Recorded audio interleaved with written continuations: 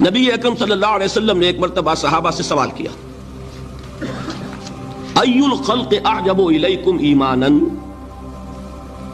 ذرا یہ بتاؤ کہ تمام مخلوقات میں سب سے زیادہ حسین دل فریب ایمان کس کا ہے؟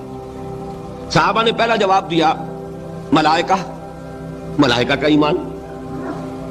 حضور نے فرمایا وما لهم لا یؤمنون وهم عند ربهم، وہ کیسے ایمان نہ لائیں جبکہ وہ تو اپنے رب کے پاس ہے؟ کون سا کمال ہوا ان کا؟ ان کے تو سامنے حقائق ہیں، وہ جو جنت کو دیکھتا ہو دوزخ کو دیکھتا ہو وہ ایمان لے آیا تو کیا کمال ہے؟ وہ تو ابو جہل بھی جب دیکھے گا پکا ایمان لے آئے گا۔ تو گویا کہ حضور نے جواب کو رد کر دیا۔ اب دوسری اٹیمپٹ کی صحابہ نے، فالنبیون پھر انبیاء کا معاملہ ہے، آپ نے اس کو بھی رد کر دیا۔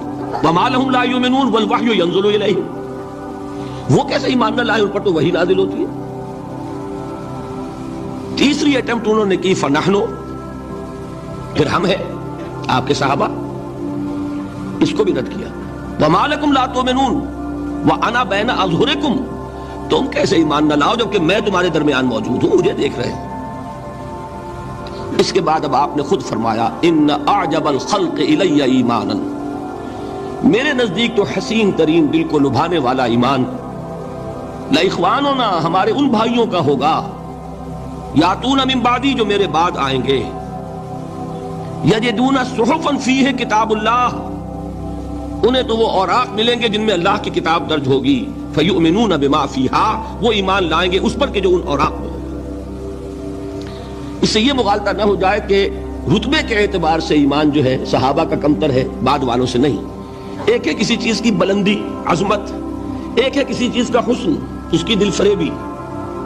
تو یہاں در حقیقت عظمت کا معاملہ نہیں ہے، دل فریبی کا معاملہ ہے۔ تو حضور نے اپنی امت کے ان لوگوں کے لیے کتنی بڑی بشارت عطا فرمائی جو بعد میں آنے والے ہیں، جنہوں نے حضور کو نہیں دیکھا، جنہیں قرآن ملا ہے، اور اس قرآن کے ذریعے سے انہوں نے ایمان حاصل کیا۔